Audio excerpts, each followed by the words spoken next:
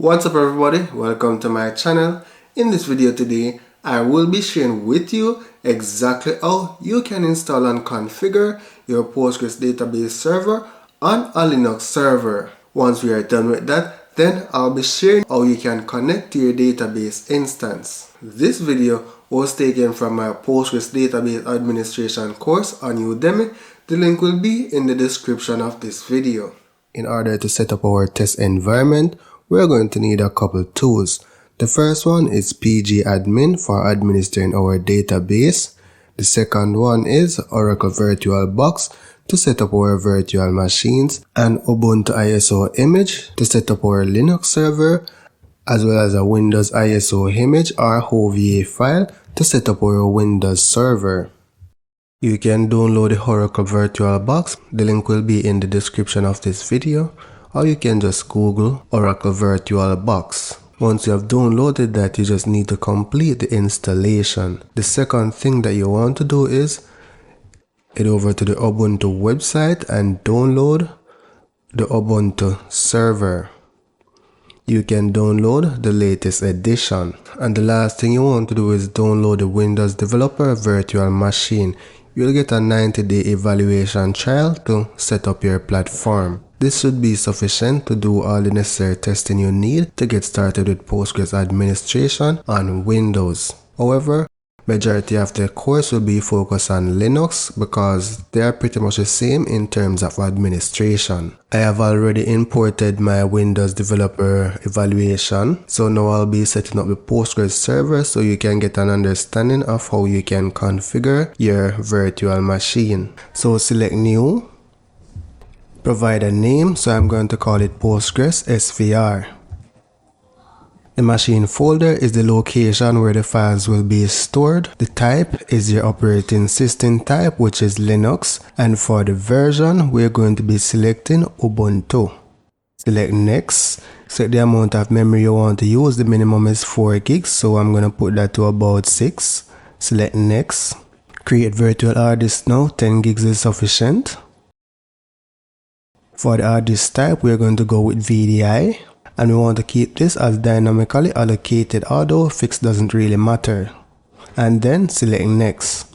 So this is just the location of where the virtual hard disk will be created, so select Create. Now the next step is to select Settings. And the first thing we want to change is the number of processors, because if you don't increase it, you will have issues starting when the processor is at 1. So we're going to go on Storage. On the IDE controller, we're going to select Empty, browse for the Ubuntu server or the Ubuntu desktop ISO file.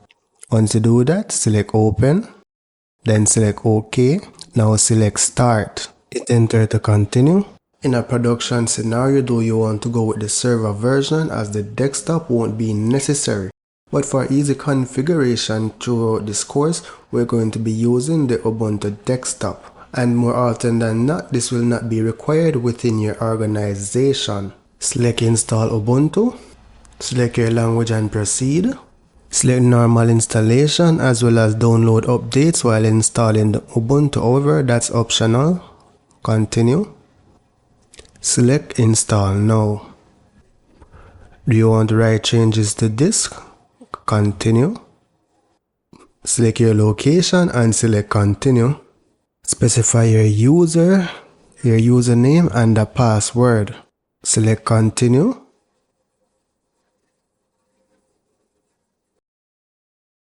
Once the installation is complete, select Restart Now.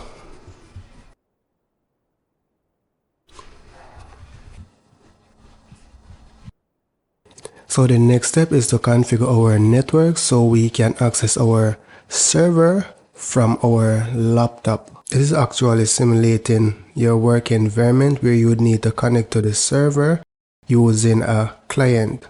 So we're going to go to Network, select Wired Connected, select Wired Settings, select Settings, select IVP4, select Manual, and then to confirm the address that you want to specify, you're going to check the configurations of your network. So you can do that by checking the command prompt and type in ipconfig.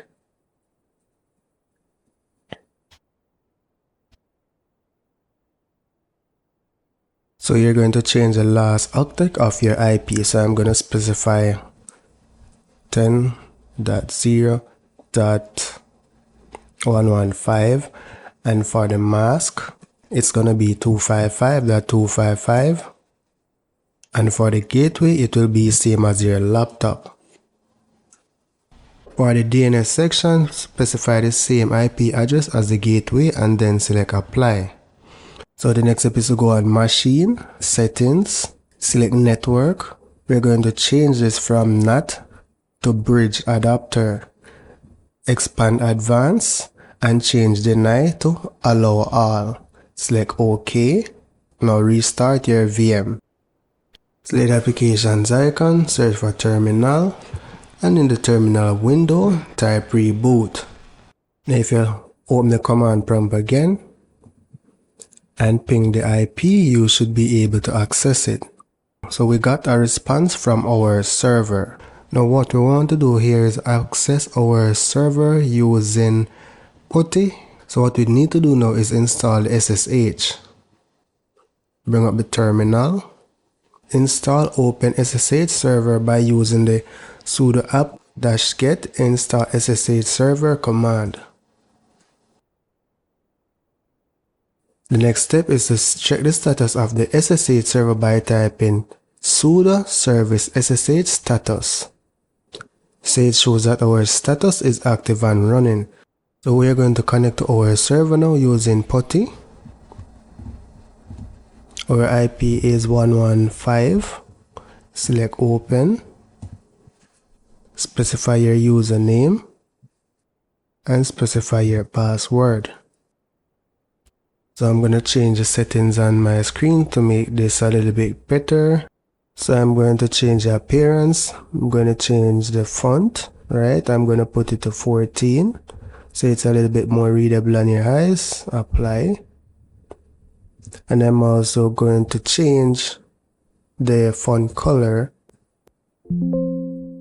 Change settings, appearance, color selection, foreground, modify, and I'm going to select green. So now that is done, it's time to install Postgres. So the first step is to create the configuration repository. I'll leave this document in the download section of this lecture. Specify your password and hit enter. So if you are running as root, you won't need to do all of this. The next step is to add the official Postgres repository. The next step is to run the app update. Then to install Postgres, we need to do sudo apt-get -install Postgres. We're going to add this package as well.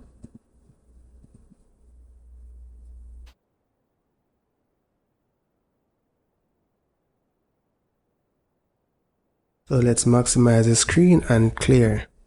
So we want to check if our Postgres service is running now. So we want to type service Postgres SQL-status. And you'll see the status showing as success.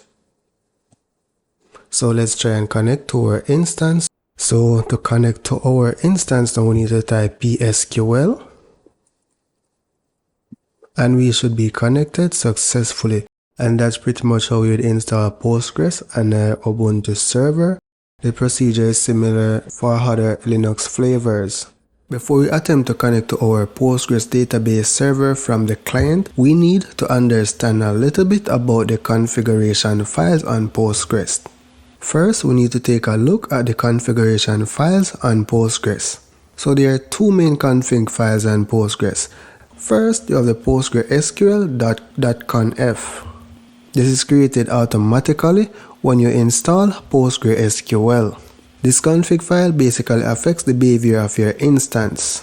For example, if you want to change the number of clients that can connect to your database, you would have to change it in the PostgreSQL.conf file. All of this have a default value when the database is installed, but you can change these values to better suit your workload and working environment. The most basic way of setting these parameters is to edit the PostgreSQL.conf file. However, since version 9.4, PostgreSQL introduced a new configuration file, the PostgreSQL.auto.conf. It's worth noting that the autoconf must be modified using the alter system statement in PostgreSQL, and the PostgreSQL.conf can be modified using the basic text editor. To show the location of this configuration file, you would use a show config_file. In order to connect to the database, one of the main parameters we need to change in the config file is the listening addresses, because by default, Postgres is set to listen on the local host. So we need to replace the local host with another IP that we want to allow connection from. The second config file that we want to take a look on is the pg_hba.conf. The pghba.conf file handles the default authentication options for client connections to the database. So in the config file, it takes the form of the type, the database, the user, the address, and the method. Each entry specifies how matching requests are authenticated. So by default, if you type PSQL at the command line on the host where PostgreSQL is running, peer authentication method will be used. It will attempt to log you on as the database user whose login matches the current logged in Linux user. When you're logged on to the server as Postgres, when you're trying to connect to the database, this configuration file will automatically map back your user to the database user and authenticate you as that user. So if you wanted to require password authentication by default, all you need to do now is set the method field for the local entry to password. To allow a remote user to log into the database using a non-hash password, you can add a new line to the file. So in this example, you would have the host name. You can specify a specific database or all the databases, the login user, their IP, and for the method, specify MD5. Both the pghba file and the postgresql.conf file are in the same directory. In the next lecture, we are going to attempt to connect to our database as a client or a remote machine. If we attempt to connect to our database server now, the connection should fail. So right click, register, server, specify a name for your connection,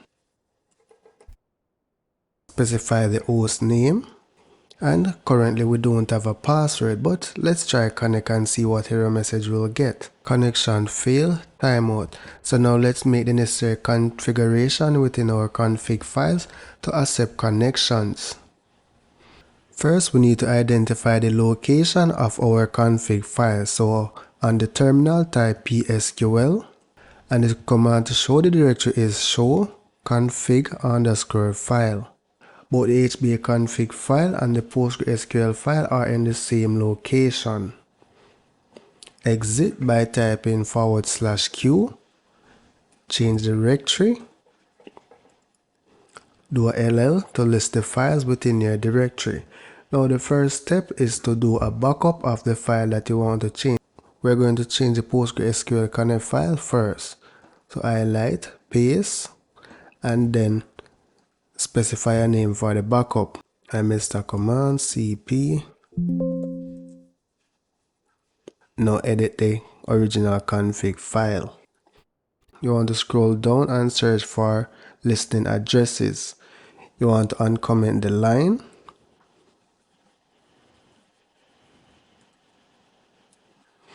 And remove localhost and specify all addresses. So you'd use the asterisk to do that. Additionally, you could specify a list of addresses and separate them by a comma. The next thing we want to change is the authentication method. We want to enable it. So if you scroll down, you should see authentication and then uncomment password encryption. So it's either scram SHA-56 or MD5. Once you make the necessary changes, escape, : W, and then Q. The next file we want to edit is the HBA config, so we need to take a backup, cp, copy the file, and specify the backup file name. Now VI to edit, and for testing purposes, we're going to allow connection from all IPs. So simply change the 127 to 0 and change the 32 to 0.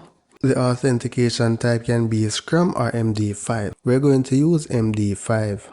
This is pretty much saying the user needs to specify a password when they are connecting. So if you don't want the user to specify a password, then you could specify trust. So to save the file, press escape, W and Q. Now let's restart Postgres to make the changes take effect. Select the user to restart, specify your password, and the last thing we need to do is set the password for the Postgres user. So we need to connect to Postgres again by typing PSQL, and to change the password we need to alter the user, Postgres, and set the password that you want to connect with. Now let's try connecting again. So specify the password, select save. So my attempt to restart the server initially failed, so let me redo it. Restart 1, specify the password. Authentication is now complete. Now let's try connecting to our database. So specify the password that you just set and try connecting to your host again. And we're in. So that's pretty much how you configure your config file to able to connect to your Postgres database. In the next module, we'll be taking a look at managing our databases on Postgres.